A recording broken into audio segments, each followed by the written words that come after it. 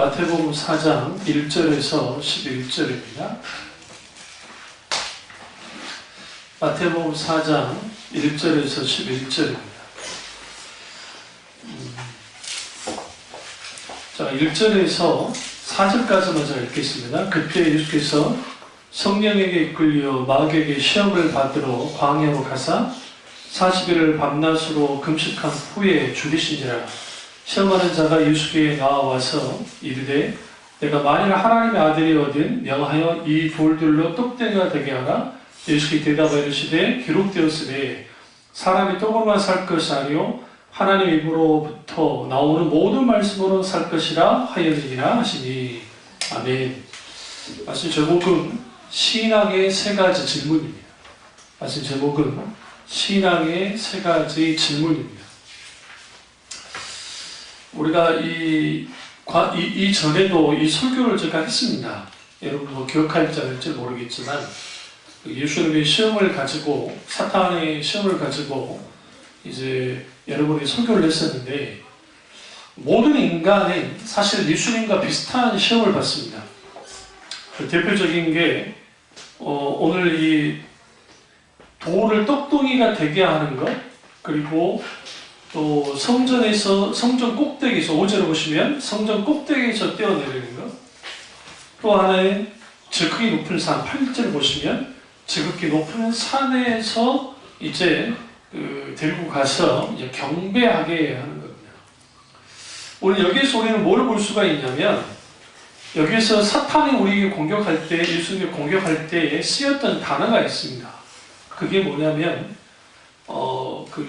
6절 보시면 6절 이르되 내가 만일, 여기 만일이라는 표현이 써있죠. 그 다음에 저기 3절 보시면 내가 만일 하나님의 아들이거든, 그 다음에 9절에 만일 내게 엎드려 경배하면, 만일이라는 거야.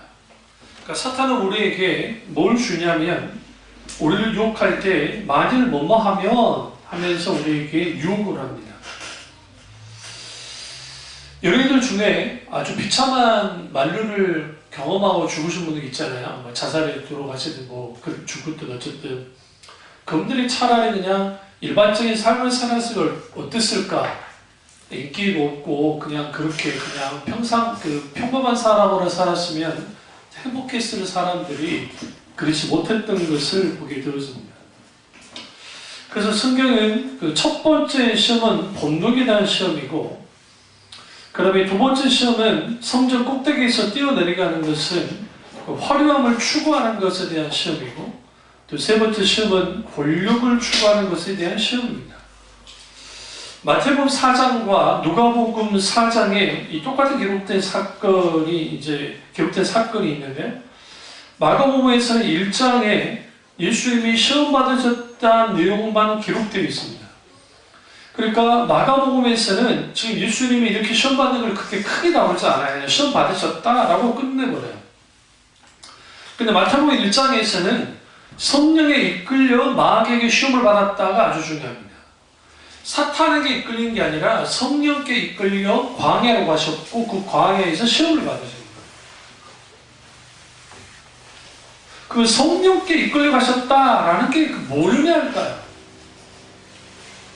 우리는 이렇게 생각합니다. 성령 충만하고 뭐가 영적으로 무장되어지면 원수의 공격은 없을 거라고. 그렇지 않습니다. 하나님은 우리에게 뭐 하시냐면 우리의 영적인 어떤 성장을 위해서라도 때로는 사탄의 시험에 대해서 허용하실 때 있습니다. 욥에게 허용하셨듯이.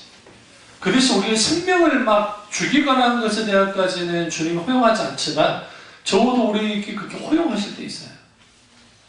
그것은 때로는 내가 죄를 지었기 때문에 일어나기도 하고, 내가 그런 것 상관없이 불강력적으로 벌어지는 일들이 일어나고, 이번에 군대에 보낸 아들 이병서 가서 잘 맞추고 돌아오다가 부모님하고 여자친구가 교통사고로 죽어버렸잖아요. 응? 저 가족이 죽어버렸어요. 큰아들 며느리가. 그걸 보니까 경륜이가 지금 아들이었으면 애가 좀 군대 갈 나이잖아요. 군대에 가야 되잖아요. 그러니까 그 부모가 죽었다 하니까 결혼을 늦게 했으면 모르지만 나랑 비슷한 나이일 거예요. 그 부모가. 많아봤자 2~3살 차이겠죠? 저보다 많아봤자. 그러니까 그 여자친구가 남자친구가 훈련소에서 쓴 10편의 편지인가를 읽지도 못하고 품에 안 넣지 죽었단 말이에요. 그 부모들 다 죽었고 그 차에 다 죽었어요. 여러분 생각해보세요. 이제 군생활 잘해 걱정하고 왔는데 사고로 죽었고 군대에 있는 애는 이거는 상상을 초월합니다. 여러분 충분히. 그러니까 그런 일들을 벌어질 때 만약에 그 친구가 뭐라고 한다면 크리스찬이라고 한다면 어떻게 반응하겠어요? 그렇지 않을까요? 저희 군대에서 여자친구랑 헤어졌다고 타령하는데 고참이 있었는데 세상 끝났다고 하면서 다행히 충돌가 안 나갔으니까 다행이지 아주 미쳐가지고 한 일주일 동안 타령해갖고 난리가 난 적이 근데 하물며 사랑하는 부모님과 또 동생도 죽었던 거예요. 그리고 여자친구까지 죽었어요. 오늘 이것을 통해서 우리가 한 인생이 살아갈 때 감당하지 못할 만한 이런 일들이 벌어질 때 있습니다. 그 왜 하나님을 허용하실까에 대해서 물어야 돼요. 그 일이 내 일이 아니니까 그렇죠. 그러니까 이번에 강릉의 펜션 사고도 그게 말도 안 되는 거예요. 저 같은 성격의 소유자는 있을 수가 없는 일이에요. 저는 일일이 꼼꼼하게 살피는 스타일이니까. 그러니까 그 얼마나 그렇게 무모하게 있으면 그런 일들이 벌어졌겠어요. 그러면 그런 분들이 우리가 분명하게 알듯이 뭘 할 수 있냐면 거기서 그런 사고가 나단 말이에요. 그럼 왜 그런 사고가 났을 때에 그 사고 난 아이들이 크리스찬 아이가 있을 수 있고 크리스찬이 아닌 아이가 있을 수도 있잖아요. 그러면 거기에서 크리스찬 아이가 만약에 죽었다, 거기에서 정말 좋은 크리스다 그랬으면 어떻게 해석할 거예요? 그래서 우리는 광야 시험 속에서 우리는 세 가지를 발견해야 됩니다. 그러니까 대부분이 예수님의 이 광야 시험을 예수님의 공생애를 들어가기 전에 시험이라고 봐요. 그러니까 마태복음 4장에 있는 그렇게 쭉 볼 수 있어요. 그러나 이것을 좀 더 이제 확대시키면 오늘날 우리가 무엇을 하며 살고 우리는 무엇으로 살며 우리는 무엇을 위해 사는가에 대한 세 가지 질문을 오늘 예수님의 이 세 가지 시험 속에서 대비할 수 있어요. 그럼 우리는 무엇을 하며 사는가는 방향에 내 인생의 방향을 어떤 방향을 가지고 살 것인가. 예수 믿는 사람과 예수 믿지 않는 사람이 달라야 되는데 오늘날에는 예수 믿는 사람이나 믿지 않는 사람이나 똑같아요. 왜 그러냐면 이 세상 가치관이 예를 들어 좋은 대학을 나오고 좋은 직장을 들어가서 돈을 많이 벌고 그러면 행복하게 살 수 있다고 말했잖아요. 그럼 교회는 어떠하냐? 교회가 그것에 대해서 분명하게 아닌 것은 아닌 거라 말해줘야 되는데 그렇게 같이 따라간단 말이에요. 왜 따라갈 수밖에 없냐면 기독교가 하나님의 말씀을 깊이 사유하는 기독교가 되지 못하면 사유한다는 게 깊이 하나님 말씀이든 뭐든 그리고 그 사유함 속에서 예수님의 삶을 쭉 따라가다 보면 사도들과 초대교회 성도들의 삶을 따라가다 보면 우리는 뭐 하게 되어 있냐면 내가 무엇을 하며 살 것인가. 그럼 보세요. 성령에 이끌려서 예수님이 시험을 받았어요. 좀 이상하잖아요. 그냥 시험 받으셨다면 그럴 수 있는데 성령에 이끌려서 심지어 우리가 마태복음에 이렇게 되어 있는데 누가복음에는 어떻게 되어 있냐면 대부분이 이제 이 말씀 어떻게 해석하냐면 예수님이 40일 금식 후에 3번의 시험을 받으셨다. 돌을 떡덩이에 되게 하고 뭐 성전 꼭대기 내리는 거, 떼는 내리는 거, 그 다음에 높은 산에서 경배하는 거.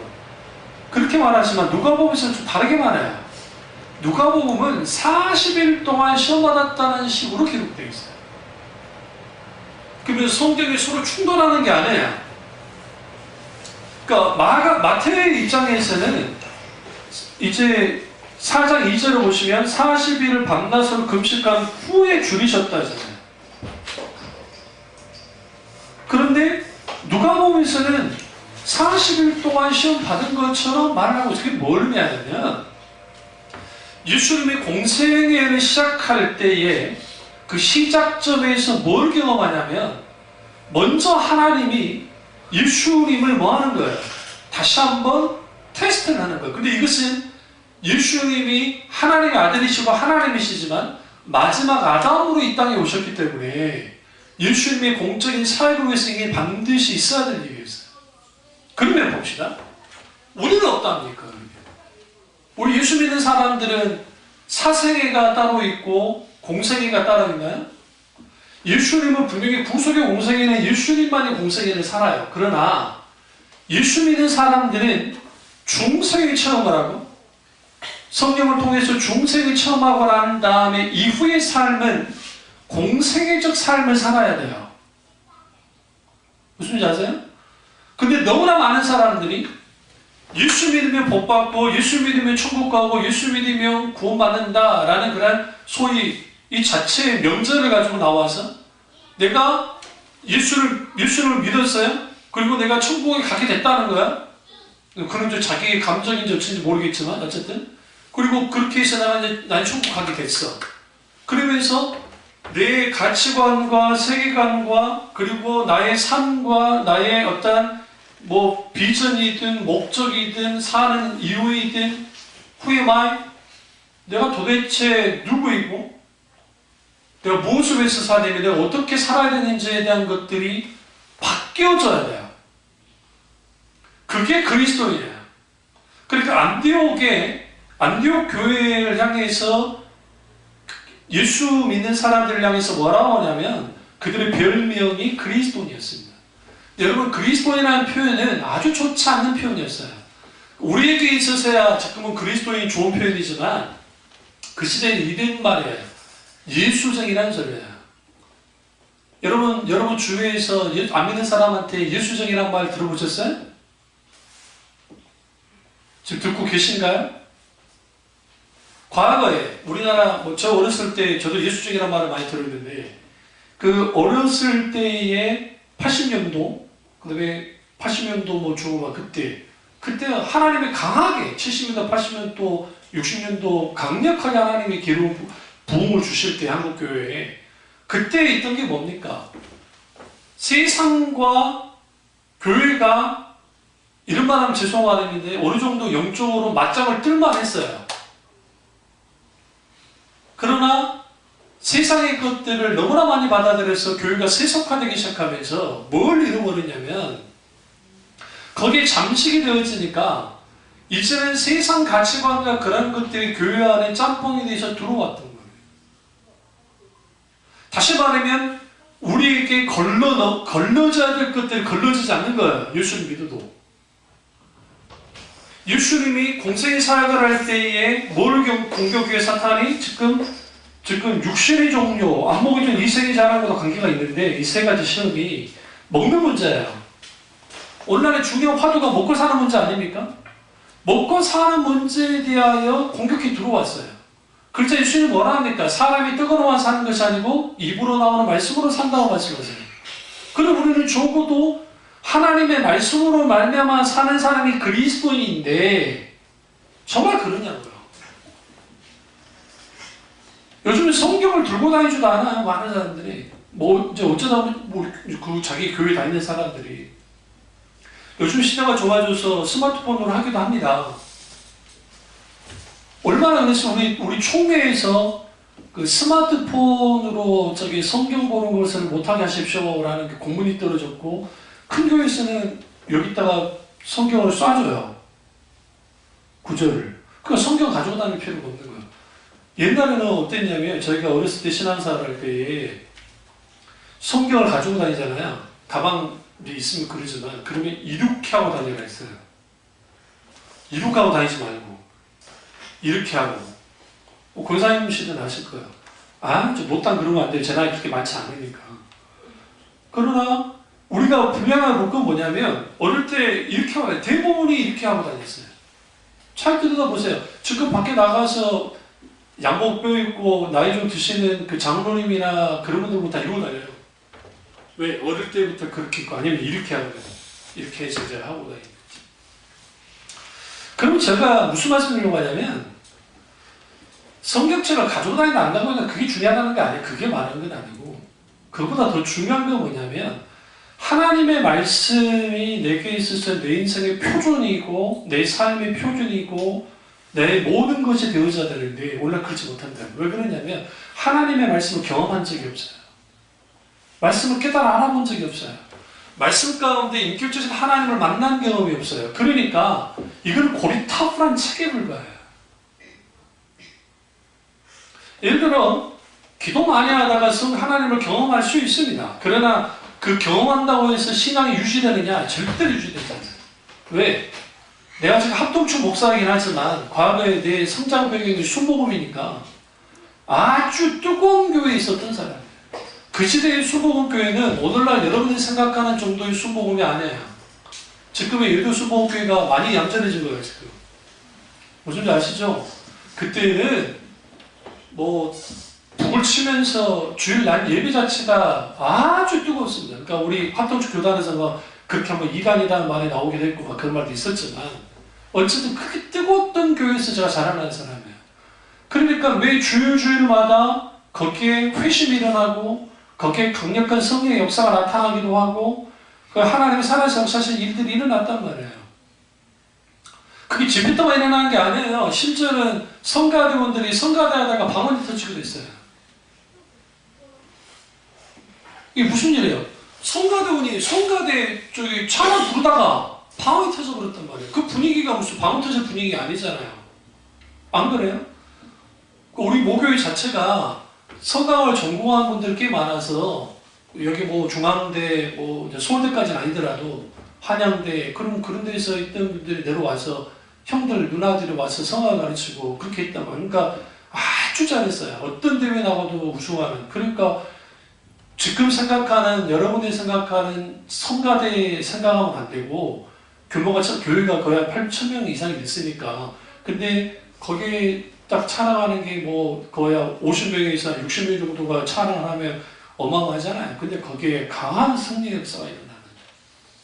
그럼 거기에 담임 목사님이 미국에서 오셨고 뭐 우리 교회 출신이긴 하지만 그분도 조용조용한 스타일이에요. 순복음 목사님에도 불구하고.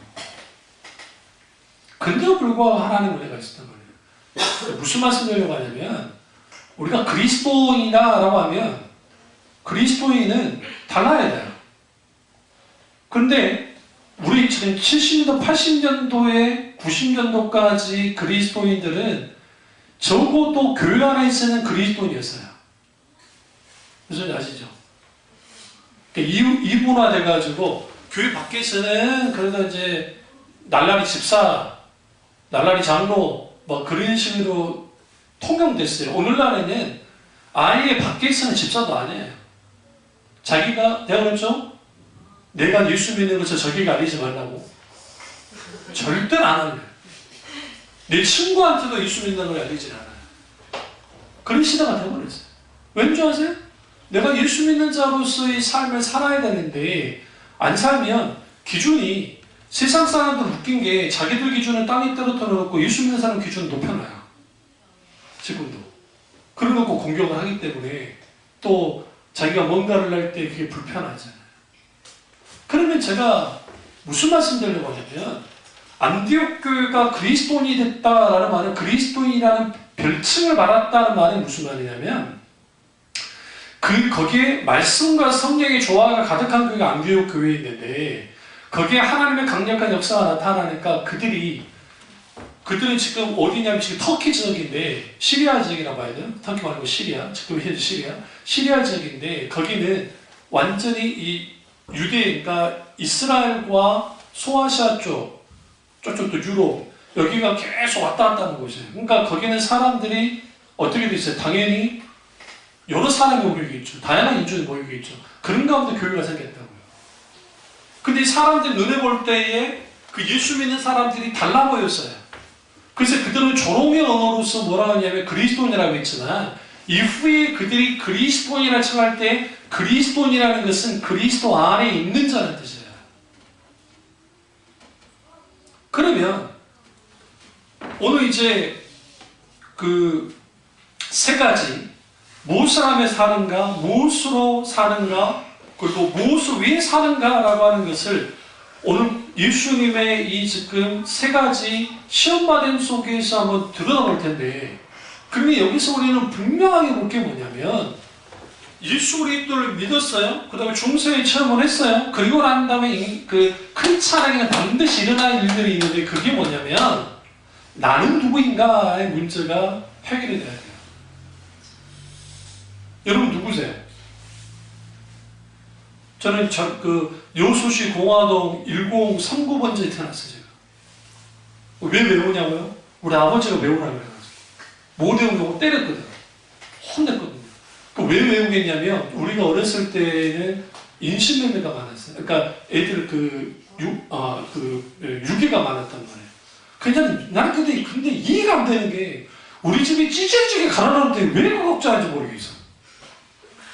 아니 부잣집애를 잡아가겠지. 안 그래요? 그리고 찌질하게 생겼는데. 그러면 거기에서 이제 외우게 있는데, 여러분이 어느 집에서 태어나서 누구 아버지 어머니 밑에 태어났어요. 그게 납니까? 물론 나이긴 하죠. 그럼 여러분의 이름이 납니까? 여러분의 이름으로 불려질 뿐이죠. 그럼 나는 누구냐는 말이에요, 도대체. 오늘날 교회가 이 부분에 대해서 말해주지 않으니까, 인문학에서 철학이든 거기에 심리학이든 상담학이든 이 부분에서 말한단 말이에요. 그리고 그럴싸하게 말을 해요. 저도 철학이든 심리학이든 누구보다 많이 공부를 했던 사람 중에 하나지만, 근데 거기에서 아무리 깊이 파고 들어가도요, 그러니까 아주 문제제기는 깊이 잘해줘요. 근데 결국은 마지막 결론은 뭐냐면 모르겠다예요. 그러니까 쇼펜하우가 허무주의에 빠졌던 이유는 그냥 빠진 게 아니에요. 그 머리 좋은 사람, 임마누엘 칸트도 마찬가지고 여러 사람들이 그렇게 들여다봤는데도 안 되는 거예요. 그런데 이제 타종교에서는 뭐라고 하느냐 하는 거예요. 그 불교에서는 인간을 뭐라고 보는가, 이슬람에서는 뭐라고 보는가, 기복주의에서는 뭐라고 보는가, 샤머니즘 아니면 지금 일본의 신도이즘, 이상한, 일본이라는 나라가 이상한 게 그 신도이즘에 오르잖아요. 그 신사, 그 다음에 그 외에 도교든 어떤 종교든 그런 것을 통해서 하는데, 진정으로 인간의 일부인지에 대해서 말해주지 못해요. 그 이유는 뭐냐면, 하나님이 인간을 창조하셨기 때문에 내가 누구인지를 알려면 반드시 살아서 역사하시는 하나님을 경험하여 알아야 돼. 만나야 되는 거죠.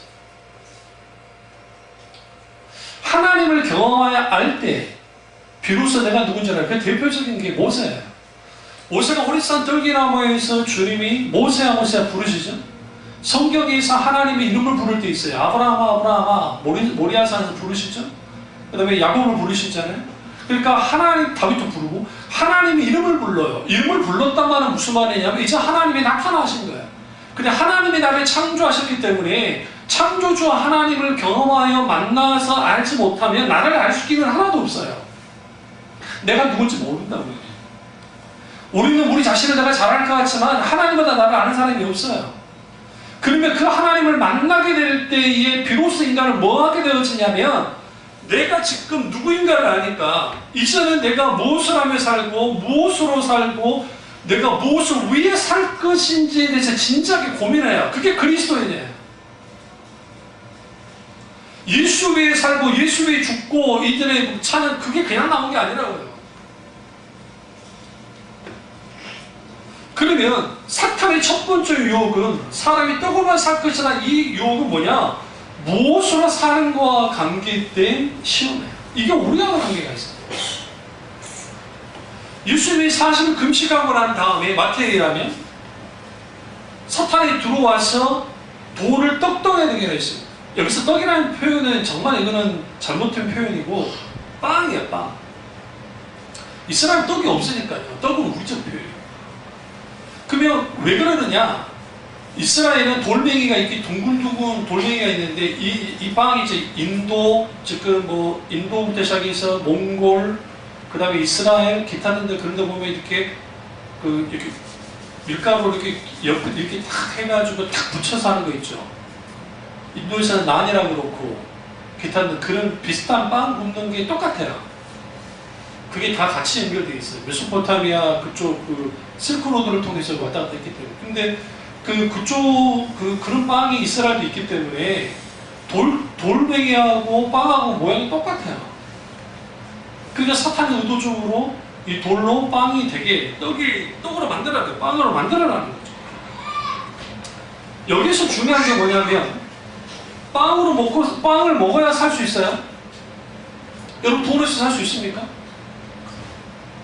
돈 아주 중요합니다. 빵을 뭘로 봐야 돼요? 돈으로 봐야 돼요?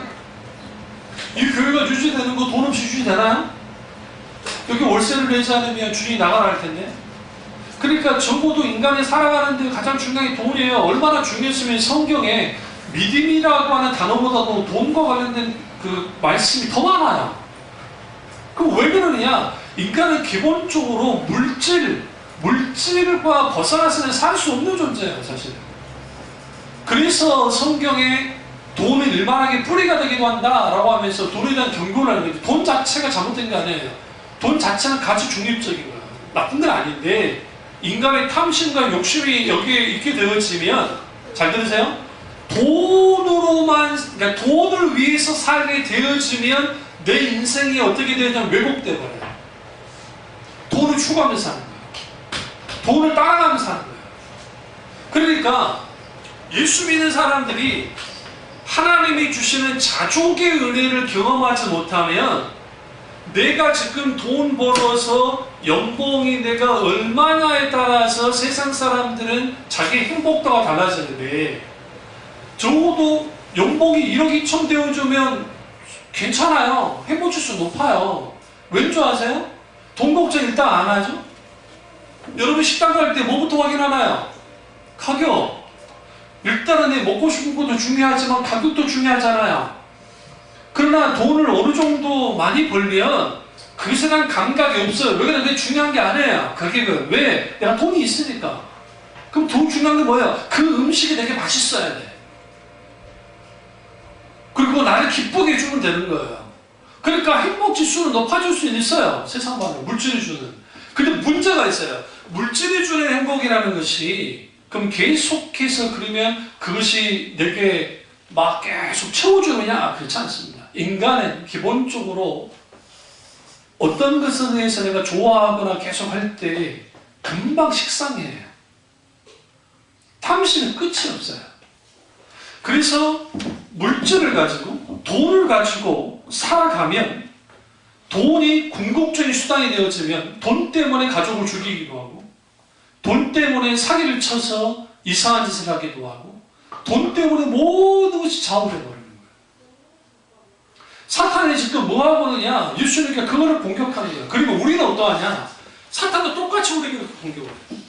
저도 지금 목회한 지가 이제 부교육자가 다 20년, 거의 25년 가까이 되는데, 근데 거기서 딱 들여다보면, 어떤 집사님들 보실 때 아주 힘들게 사시는 집사님들, 그러니까 돈이 좀 가난하게 사시는 분들이, 오히려 먹고 산다는 이유 때문에 주일 성수 못하고 신앙에서 멀어진 걸 많이 받고, 또 하나는 사업이 너무 잘 돼가지고, 너무 바쁜 거예요. 그러니까 주일날 예배를 빠지기 시작하는 거예요. 그럼 보세요. 그 사업이 잘 되는 분이 그게 복입니까? 신앙까지 문제를 일으키는데? 그 복이 아니에요.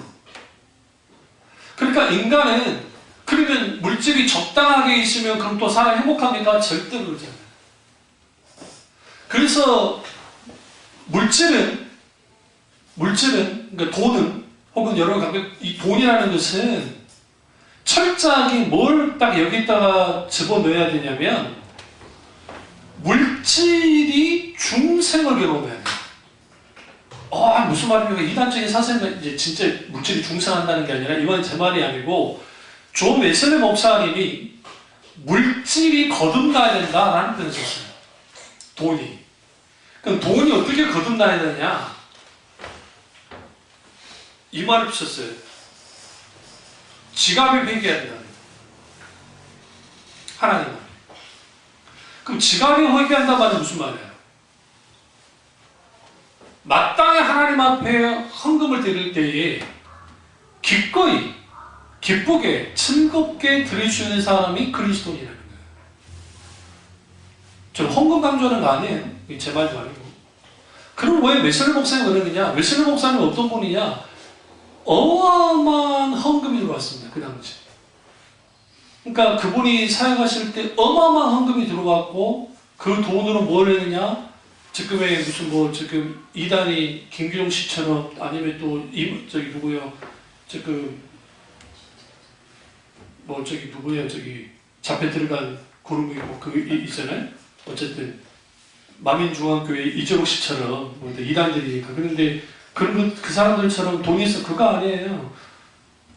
1센트인가 했어요. 1센트 돌아가셨을 때 재산이 하나도 없었어요.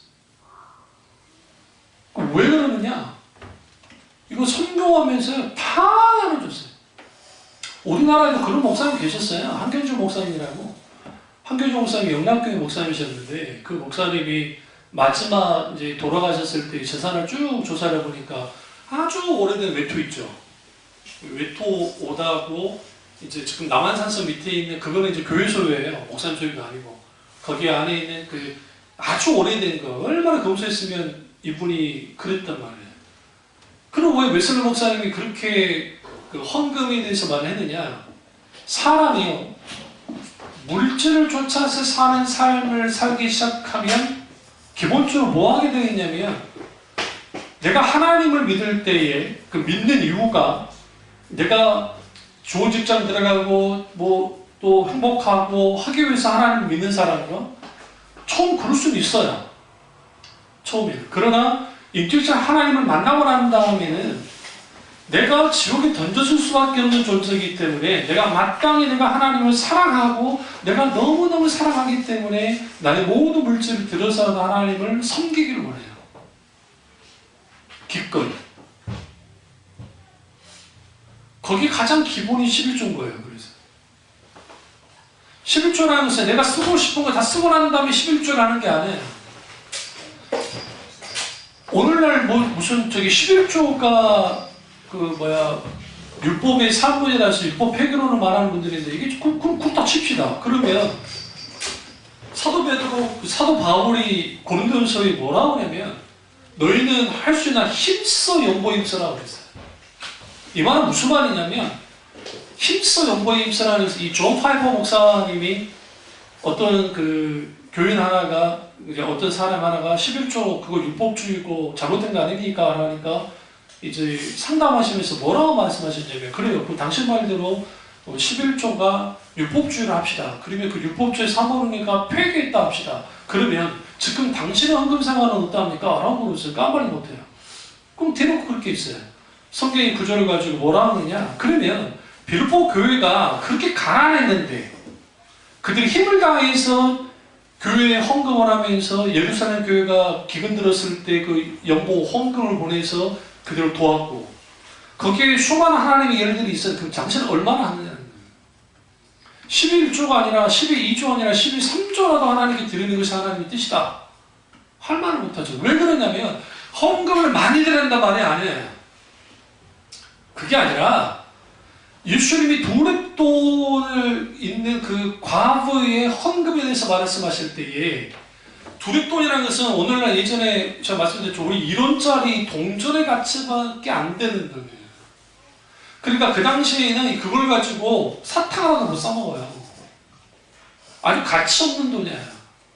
그런데 이 과부, 이분의 과부의 두렙돈이라는 것은 그의 전재산이었다고요. 전재산이었다고요. 그리고 기꺼이 성전, 예루살렘에 성전 이렇게 헌금통이 있으면 앞에 있으면 거기다 내거든요. 우리 예수님 얼마나 눈이 좋으시냐면 그 두렙돈이 아주 작아요. 여러분 그거 이제 진짜 보시지 않았을 거예요. 아주 작아서 이게 안 보여요. 근데 정확하게 보셨어요. 두렙돈이. 그러면서 뭐라 합니까? 이 여자, 그녀가 가장 큰 하나님께 연보를 드렸다. 무슨 말씀 드리려고 하느냐? 여러분 사람이 너무 못 살아도 물질을 연연하며 살아요. 근데 적어도 이 여자는 이 과부는 물질을 연연하며 살지 않았다고요. 오히려 하나님께 감사하며 살았어요. 무엇을 위해 사는가? 오늘날에 좋은 직장 들어가고 좋은 무슨 뭐 대학을 나오가는 이 모든 것들은 연봉이 좋고 돈을 많이 벌기 위해서 그래요. 그 돈이 많이 벌면 누릴 수 있는 것도 많으니까 여행도 다니고 하니까 좋으니까 그러면 그렇게 살고 그리고 마지막 내가 은퇴하고 난 다음에 안락한 삶을 산다 합시다. 그럼 그게 뭔 가치가 있어요 도대체? 고생 안 하는 거? 그럼 그게 하나님과 관계는 뭐가 있어요? 모든 예수 믿는 사람들은 공생애적 삶을 살아야 돼요. 그리스도의 삶을 본받으면서. 그게 필요한 게 무엇에서 살 것인가? 우리는 예수 그리스도로 살아야 돼요. 그런데 여기서 중요한 건 뭐냐면 말씀으로 말미암아 살리라 함과 같으니라 말을 통해서 삶에 필요한 궁극적인 수단이 뭐냐? 세상에서는 물질이라 그래요. 실제로 물질이 그런 역할을 해요. 그럼에도 불구하고 우리 삶에 필요한 궁극적인 수단은 뭐냐? 하나님의 말씀이라고요.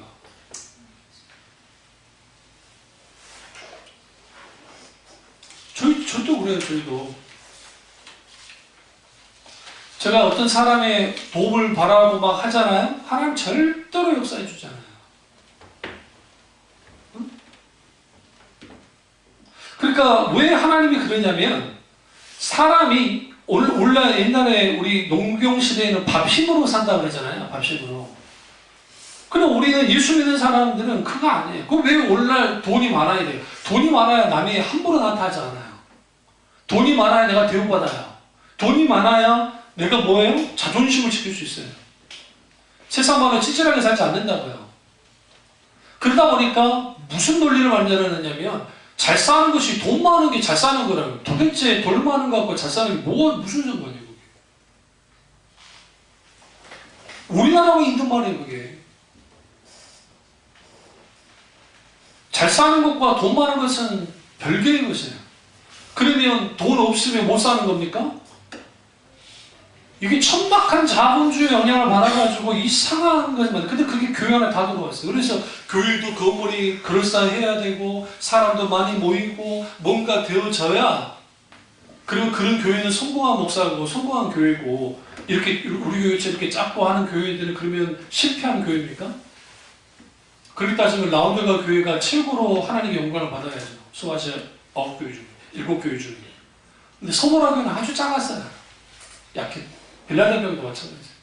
그럼에도 불구하고 하나님의 그들에게 칭찬하시죠. 똑같이 우리는 물질로 산다는 것을 달리 말하면 욕망을 따라서 욕심에 이끌려 살지 않아야 된다는 거 아는 거예요. 우리는 너무나도 예수 믿는 사람들이 가지려고 해요. 손해보려 하지 않아요. 그래서 우리 애들한테도 그렇고 손해본 걸 가르쳐야 돼요. 우리 딸내미도 있지만 우리 어렸을 때 딸내미도 먹을 거 좋아하는데 먹을 거 2개 딱 집었잖아요. 그런데 달라고 줘요. 여러분 대부분 우리 아들은 아예 먹을 거 안 좋아하니까 자 집지도 않아요. 그런데 주고 또 하나 더 달라고 줘요. 왜 그런지 아세요? 그러니까 그는 기본적인 성품에서 온 거긴 하지만 기본적으로 우리가 뭔가 예수 믿는 사람들은 손해보는 삶을 사는 것이 그리스도인의 삶임에도 불구하고 자기를 부인하 자기 십자가를 지는 삶을 사는 사람들. 그런데 어느 날인가 예수 믿지 않는 사람과 똑같이 됐어요. 왜? 경쟁에서 이겨야 된다 생각하니까.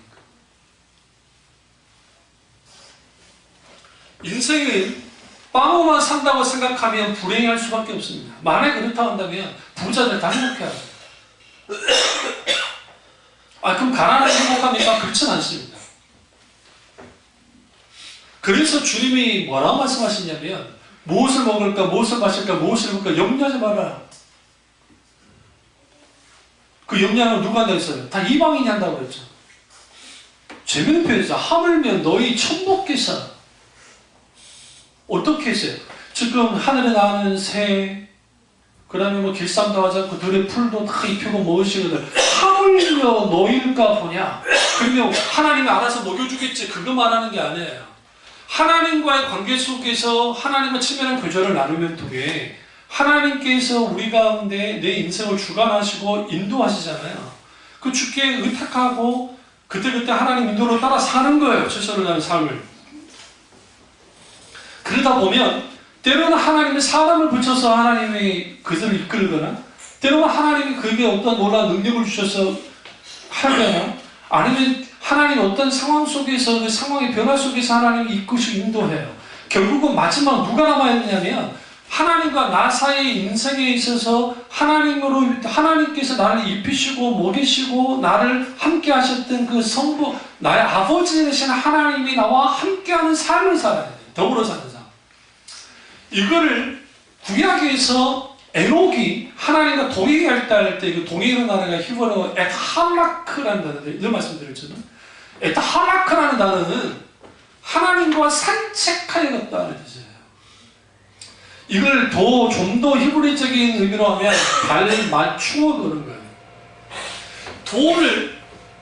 돌에 의해서 살면, 물줄로 인해서 살면 하나님은 늘 뒷줄을 밀려놔요. 이런 사람들 있어요. 내가 돈 벌 만큼 벌고 난 다음에 내가 좀 나이 들었을 때 신앙생활 잘할게. 아니요. 그때는 늙어서 신앙생활 못해요.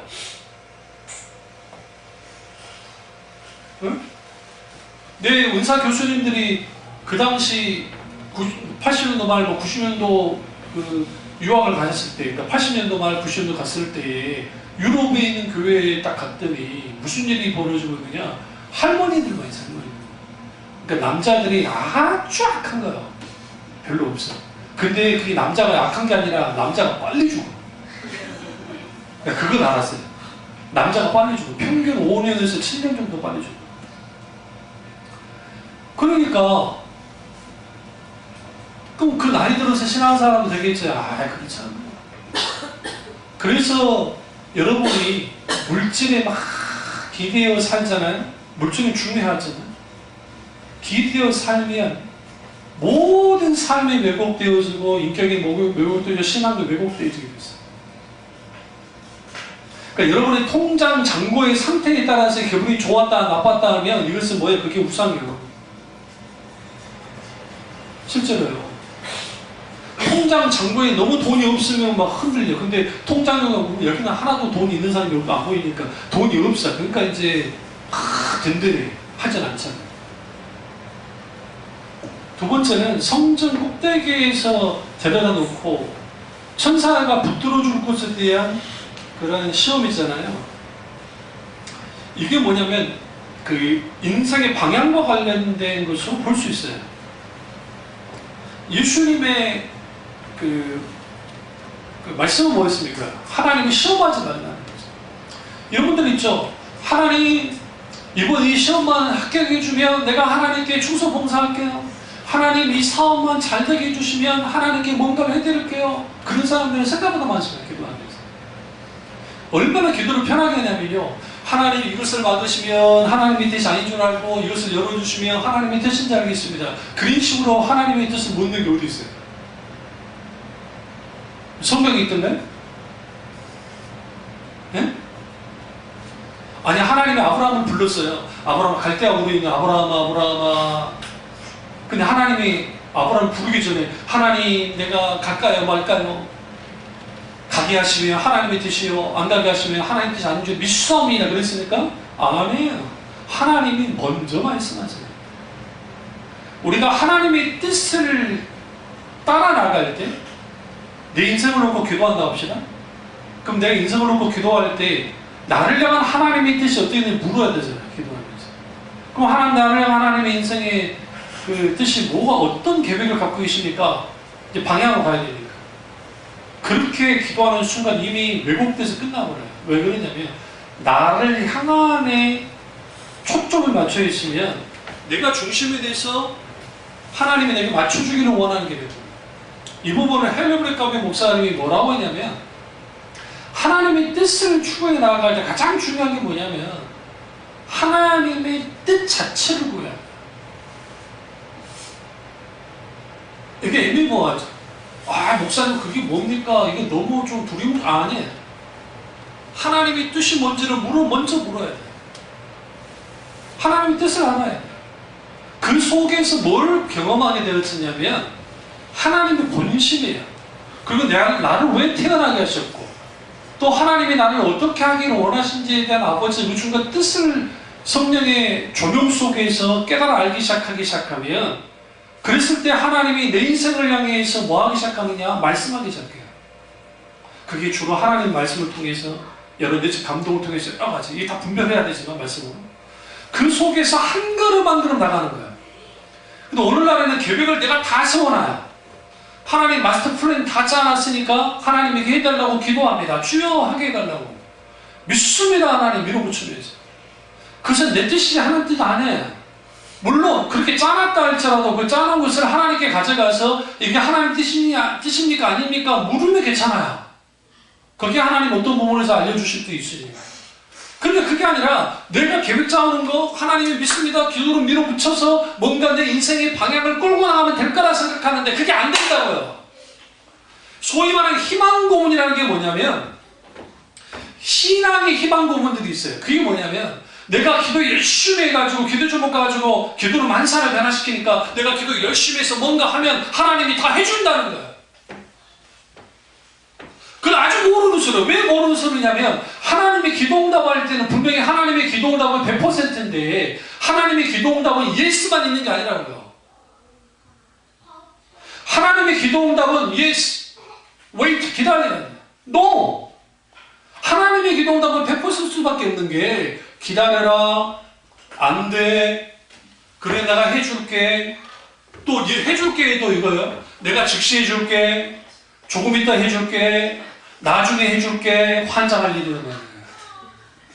그래서 신앙의 성패는 어디서 결정이 되어지냐면 하나님의 타이밍에 맞춰서 내가 하나님께 움직여져야 돼요. 그러려면 하나님께 민감하게 반응해야 돼요. 신앙 전체를 볼 수 있는 눈들이 필요하단 말이에요. 근데 오늘날 그러지 못한다고요. 왜? 조급하니까. 나는 그렇게 되고 싶으니까. 그러니까 사탄이 예수님께 십자가의 길 가지 말라는 거예요. 너 그냥 성전에서 뛰어내려봐. 그런데 천사가 받쳐줬어. 기적이 일어났잖아요. 사람들이 다 볼 거잖아요. 그러니까 그 기적을 보고 니를 따라올 거 아니냐. 그러니까 너는 십자가라고 하는 이 십자가라는 이 고난을 당하지 말고 그냥 차라리 뭐 해라? 기적을 일으켜서 슈퍼스타가 돼서 한 방에 메시아의 자리에 서라는 거예요. 그러니까 예수님이 뭐라고 하느냐? 사탄아 내 이름으로 물러가라. 물론 이 사탄이 지금 이게 성경 시편 91편 11절과 12절의 말씀을 인용했는데 그 인용도 정확하게 한 것도 아니에요. 아주 교묘하게 왜곡을 시켜놔요. 사탄이 무엇으로 공격하래요? 말씀으로. 신천지가 뭐로 공격해요? 말씀으로요. 말도 안 되는 말씀으로. 그러면 왜 그렇게 공격을 하고 그렇게 되어지느냐, 그렇게 넘어가느냐? 그 이유는 뭐냐면 영적인 분별력이 없으니까 신앙의 방향타가 없으니까 올바른 방향으로 가지를 못하니까 계속적으로 흔들리는 거예요. 그러니까 신앙에 있어서 가장 중요한 것은, 믿음에서 가장 중요한 것은 내가 지금 믿음의 방향이 성경이 말하는 그 방향으로 가고 있냐는 거예요. 속도가 중요한 게 아니에요. 방향이 중요해요. 아주. 방향이. 내가 믿고 있는 하나님이 성경에서 말하는 하나님인지를 분별해 봐야 돼요. 그래서 믿음의 중요한 믿음의 대상이신 하나님이에요. 그 믿음의 대상이신 하나님을 내가 성경에서 말하는 그 인격이신 하나님을 경험하여 알게 될 때 비로소 내가 하나님을 온전히 믿게 되는 거예요. 그러면 인생의 방향도 나의 중심으로 살았고 내 출세를 위해서 나만을 위해 살았던 사람들이 이제는 주님의 영광을 위한 삶으로 살기 시작해요. 다 목사라는 말 안 해요. 내 삶의 현장 속에서 죄 짓는 직업이 아니라고 한다면 거기에서 어떻게 하나님 영광을 사는 거예요. 카르멘 쌤이 뭐라 합니까? 그걸 보케이션이라는 단어를 여러분 댁에서 한번 그냥 일반 사전에 보케이션이라는 단어를 딱 보시면 직업이라는 단어도 있지만 밑에 소명이라는 단어가 있어요. 똑같이. 직업과 소명을 똑같이 했어요. 죄 짓는 직업이 아니고. 그래서 그걸 내가 일종의 하나님께로부터 뭐하게 되어진 파송된 선교사적인 삶을 내 직장에 살아내야 돼요. 근데 그런 삶을 살지 못합니다. 그러니까 먹고 살기 위해서 돈 버는 거예요. 직장인들의 거의 90%가 당장 직장 때려치고 싶다고 소문자 나오잖아요. 당장이라도 내가 로또 맞으면 어떻게 할겁니까? 가장 먼저 할 게 직장부터 때려친다가 생각보다 많아요. 그러면 행복할까요? 아닐걸요. 마지막 세 번째는 무엇을 위해서 사는가? 이게 삶의 목적과 관련된 질문이에요. 사탄이 산꼭대기에서 예수님을 데려갔어요, 감절. 그러면서 자신한테 자기한테 경배하는 거예요. 이때 했던 게 뭐냐면 천하만국을 보여준 거예요. 천하만국 다 보여준 거예요. 그러자 예수님이 오직 주 너의 하나님만을 섬겨라 하면서 말씀으로 사탄을 이제 쫓아냅니다. 여기서 어떤 중요한 게 있냐면 삶의 궁극적인 목적을 누구에게만 둬야 되는 거예요? 하나님께만. 너희 하나님만 경배하라 라는 의미 속에는 하나님께만 두라는 거예요. 무엇을 먹고 마시고 입든 궁극적인 행위의 목적이 하나님의 나라와 하나님 나라의 의에 둬야 돼요. 근데 오늘날 왜 우리는 하나님의 나라에 대한 그런 의식조차도 없고 하나님 나라의 삶을 살지 못하냐? 그 이유는 뭐냐면 우리 속에 뭐가 무너졌느냐? 재림신앙이 무너진 거예요. 이장님이가 제가 군대에 있을 때 1992년 10월 28일 날 재림한다고 한 다음에 그 이후로부터 그 파국으로 한국교회에서 재림신앙이 무너져 버렸단 말이에요. 조만의 신앙이. 자, 94년도 제대로 했습니다만은. 근데 그때 이게 아주 심각한 거예요. 그러니까 하나님의 나라의 삶을 사는 것들이 천국을 죽어서 가는 게 천국이긴 해요. 그런데 불구하고 이 땅에서 하나님 나라를 뭐 해야 돼요? 실제로 경험하고 하나님 나라의 통치와 다스림 속에 있어야 돼요. 그래야 거기에 하나님이 주신 놀라운 유업이 있어요. 그 유업은 뭐냐? 하나님의 놀라운 생명이에요. 하나님의 임재와 하나님의 놀라우신 역사하심과 때로는 내 지경을 넓히기도 하고 때로는 내 사업에 하나님이 간섭하기도 하고 내 인생에 간섭하기도 하고 기타 여러 가지를 통해서 아버지가 영광 받는 일들이 벌어진단 말이에요. 근데 이 궁극적인 인생의 목적이 하나님께 둬야 되는데 하나님께 두지 않는 거예요.